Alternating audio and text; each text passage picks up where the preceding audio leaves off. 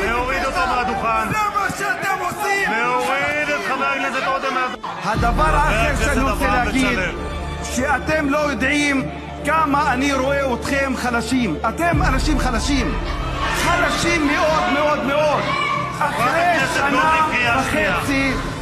אחרי שנה וחצי על מלחמה שהרגתם בה 19,000 ילדים, 53,000 תושבים, הרסתם את כל האוניברסיטאות, את כל בתי החולים,